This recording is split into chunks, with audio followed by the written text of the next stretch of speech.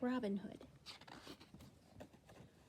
Long ago, England was ruled by the wicked, greedy Prince John. He ordered the Sheriff of Nottingham to tax the people so heavily that some were forced to become outlaws.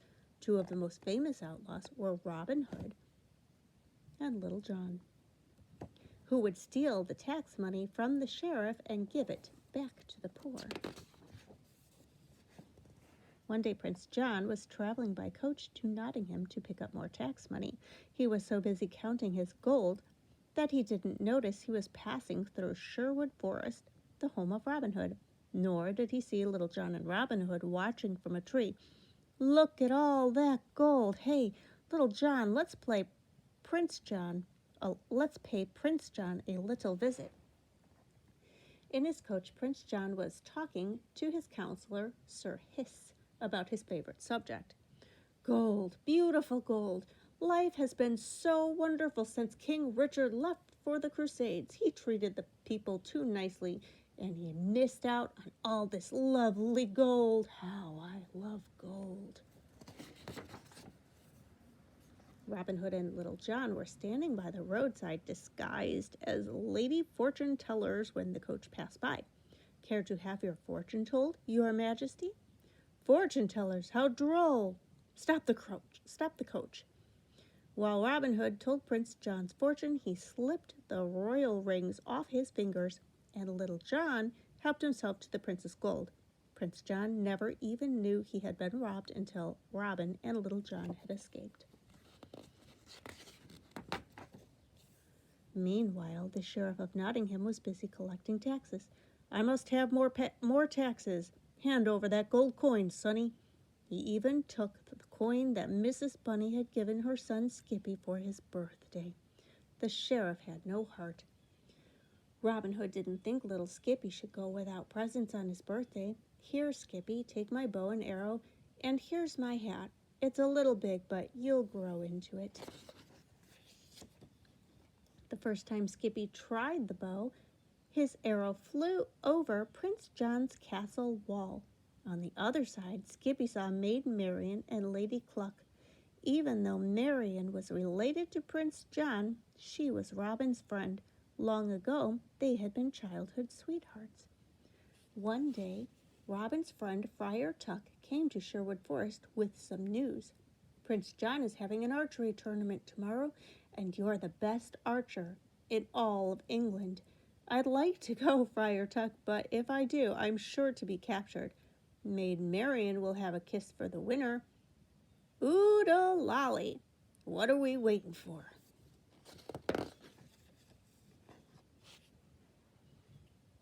The next day, two strangers appeared at the tournament, a stork and a duke. "Nobody will recognize us in these disguises," said Robin Hood. "I'll win the tournament and the kiss, but no one will know the winner is Robin Hood." Soon the stork and the sheriff were the only ones left in the contest, and even though the sheriff tried to cheat by having the target move, the stork made an amazing shot and won.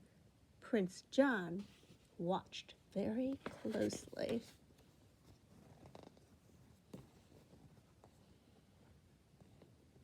When Robin came to claim his prize, Prince John was ready. "And now I name you the loser. Seize him. I sentence you to sudden, instant, and even immediate death." It looked like the end for Robin Hood, but suddenly Little John grabbed Prince John. "Let my friend go or else." Once Robin was free, a big fight began.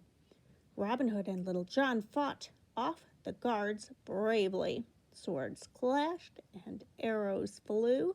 Maid Marian was almost seized by the guards, but Robin climbed a pole, grabbed a rope, and swung down to her rescue. Then he and his friends escaped into the woods.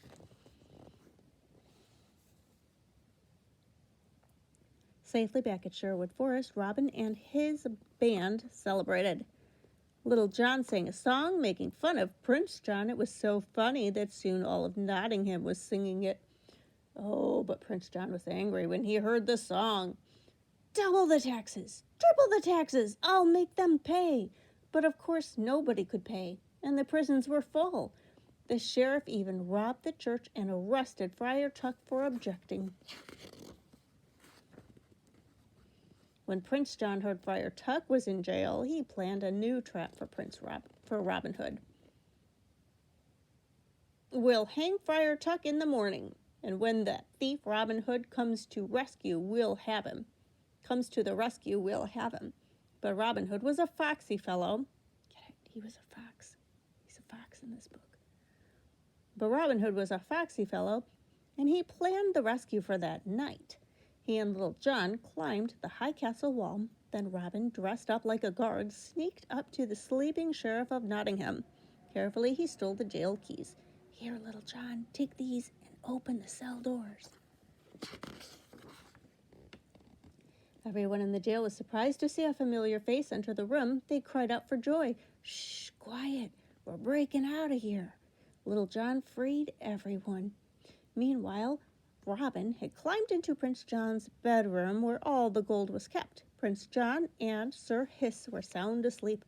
Robin tied bags of gold to a rope rigged between the bedroom window and the jail.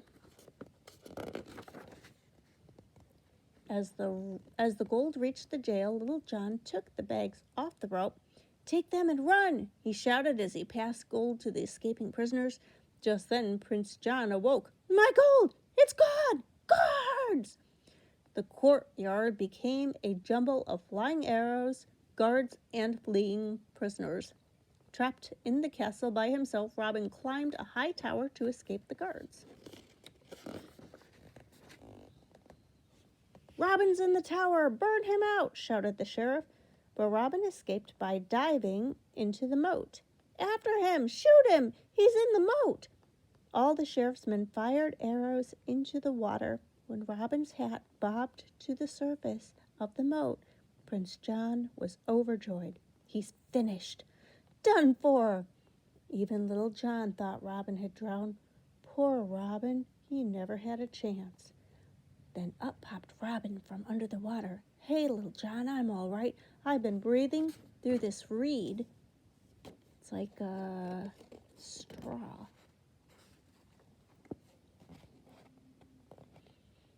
Soon after Robin's narrow escape, good King Richard came back from the Crusades to take his place on the throne of England. Happiness returned to the land. Robin Hood and Maid Marian were married, and all their friends came to wish them well.